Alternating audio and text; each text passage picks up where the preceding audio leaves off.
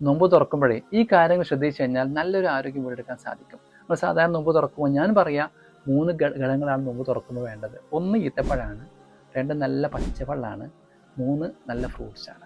ഈത്തപ്പഴത്തിൽ ഒരുപാട് ഗുണങ്ങൾ സത്യത്തിലുണ്ട്. അതിൽ ഒന്നാമതായി ശരീരത്തിൽ നമുക്കറിയാം നോമ്പ് തുറക്കുന്ന സമയത്ത് ഗ്ലൂക്കോസ് ഷുഗർ കുറഞ്ഞിട്ടുണ്ടാവും. ആ സമയത്ത് പെട്ടെന്നൊന്ന് ഗ്ലൂക്കോസ് കയറി കിട്ടാനായിട്ട് ഈ ഈത്തപ്പഴം സഹായിക്കും. രണ്ടാമത് നല്ല പൊട്ടാഷ്യം ഉണ്ട്. ശരീരത്തിലെ പേശികൾ അല്ലെങ്കിൽ ഹൃദയത്തെ മസിലുകൾ നരമ്പുകൾക്കൊക്കെ നല്ല ക്ഷീണിച്ചിട്ടുണ്ടാവും. ആ സമയത്ത് പെട്ടെന്ന് ക്ഷീണം മാറിക്കിട്ടാനായിട്ട് ഈ നരമ്പുകൾക്കും പേശികൾക്കും നല്ല ക്ഷീണം മാറിക്കിട്ടാനായിട്ട് ഈ പൊട്ടാഷ്യം അടങ്ങുന്ന ഡേറ്റ്സ് നന്നായി സഹായിക്കും. മൂന്നാമത് മാത്രമല്ല നല്ലൊരു ബാലൻസ്ഡ് ഡയറ്റാണ്. അതിലെല്ലാം ഉണ്ട്. ഈ പറഞ്ഞ carb, fats, minerals, proteins, vitamins എല്ലാം അടങ്ങുന്ന സമീകൃത ആഹാരം സത്യത്തിൽ ഈത്തപ്പഴം. ഈത്തപ്പഴം നല്ലൊരു ഭക്ഷണമാണ്. ആ ഈത്തപ്പഴം തന്നെയാണ് നമ്മൾ എന്ത് ചെയ്യേണ്ടത്, ആദ്യമായിട്ട് കഴിക്കേണ്ടത്. രണ്ടാമതായി വേണ്ടത് നല്ല പച്ചവെള്ളമാണ്. ധാരാളം പച്ചവെള്ളം കുടിക്കുക.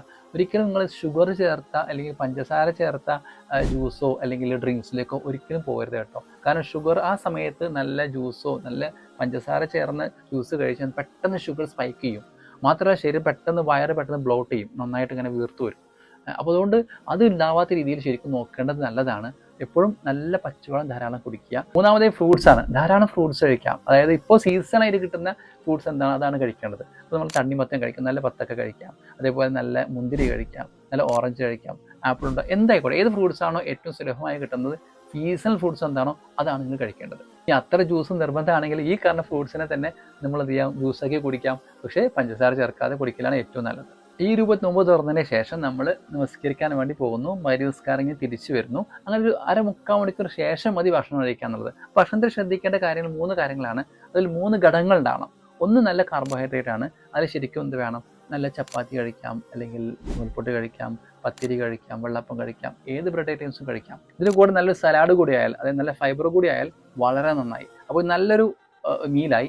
ഇത് കഴിക്കുമ്പോൾ ശ്രദ്ധിക്കേണ്ട വിഷയം എന്താണെന്ന് വെച്ചാൽ പലപ്പോൾ നമുക്ക് തെറ്റിപ്പോകുന്ന എവിടെയാണ്, ഇതിൻ്റെ അളവിലാണ്. ഈ അളവ് തെറ്റാനുള്ള കാരണം എന്ന് പറഞ്ഞാൽ നമ്മുടെ ബ്രെയിനിൽ നിന്ന് ഏറ്റവും നീളമുള്ള ഒരു നരമ്പ് വയറിലേക്ക് വരെ വരുന്നുണ്ട്. അതിന് വേഗസ് നെർവ് എന്നാണ് പറയാം. ഇപ്പോൾ നമ്മൾ ഭക്ഷണം കഴിക്കുന്ന സമയത്ത് ഈ വേഗസ് നെർവ് അവിടെ സ്റ്റിമുലേറ്റഡ് ആവും. എന്നിട്ട് അവിടെ ഈ ഇൻറ്റസ്റ്റൈനിൽ ആ കുടലിൽ എന്ത് ചെയ്യുമെന്ന് വെച്ചാൽ കുറേ റിസപ്റ്റർ, അവിടെ ഹോർമോൺസ് പ്രൊഡ്യൂസ് ചെയ്യും. CKK, PYY എന്ന് പറഞ്ഞ കുറേ ഹോർമോൺസ് പ്രൊഡ്യൂസ് ചെയ്യും. അങ്ങനെ അവിടെ നിന്ന് അത് ആക്ടിവേറ്റ് ചെയ്ത് എന്നിട്ട് നേരെ ആ നരമ്പിലൂടെ എന്ത് ചെയ്യുമെന്ന് വെച്ചാൽ ഹൈപ്പോതലാമസിലേക്ക് എത്തി ഇത് വിവരം അറിയിക്കണം, വയറ് നിറഞ്ഞു എന്നുള്ള വിവരം അറിയിക്കണം. ഇതിന് ടൈം ഡിലേ വരുന്നുണ്ട്.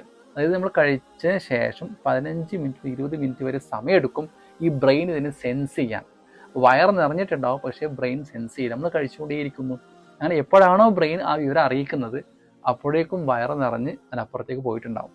ചുരുക്കി പറഞ്ഞാൽ നമ്മൾ വയറിൻ്റെ ടാങ്ക് ഫുള്ളായി 15-20 മിനിറ്റ് കഴിഞ്ഞിട്ടാണ് ബ്രെയിന് മനസ്സിലാക്കുന്നത്. അതുകൊണ്ട് തന്നെ ആ ഡിലേ ആണ് പലപ്പോഴും നമുക്ക് സംഭവിക്കുന്നത്. അതുകൊണ്ട് ശ്രദ്ധിക്കേണ്ടത് നമ്മൾ സ്ഥിരമായൊരു പാറ്റേൺ ഉണ്ടാക്കുക. എത്ര ചപ്പാത്തിയാണോ കഴിച്ചാൽ എനിക്ക് വയറിന് ബുദ്ധിമുട്ടില്ല നിൽക്കുക എന്നുള്ള ഏകദേശം ഒരു ധാരണ ഉണ്ടാവുക. അപ്പോൾ സ്വാഭാവികമായിട്ട് ആ അളവിൽ തന്നെ എന്ത് ചെയ്യാം, മെയിൻറ്റെയിൻ ചെയ്ത് പോയാൽ ഈ പറഞ്ഞ പ്രശ്നങ്ങൾക്ക് പരിഹരിക്കാൻ പറ്റും.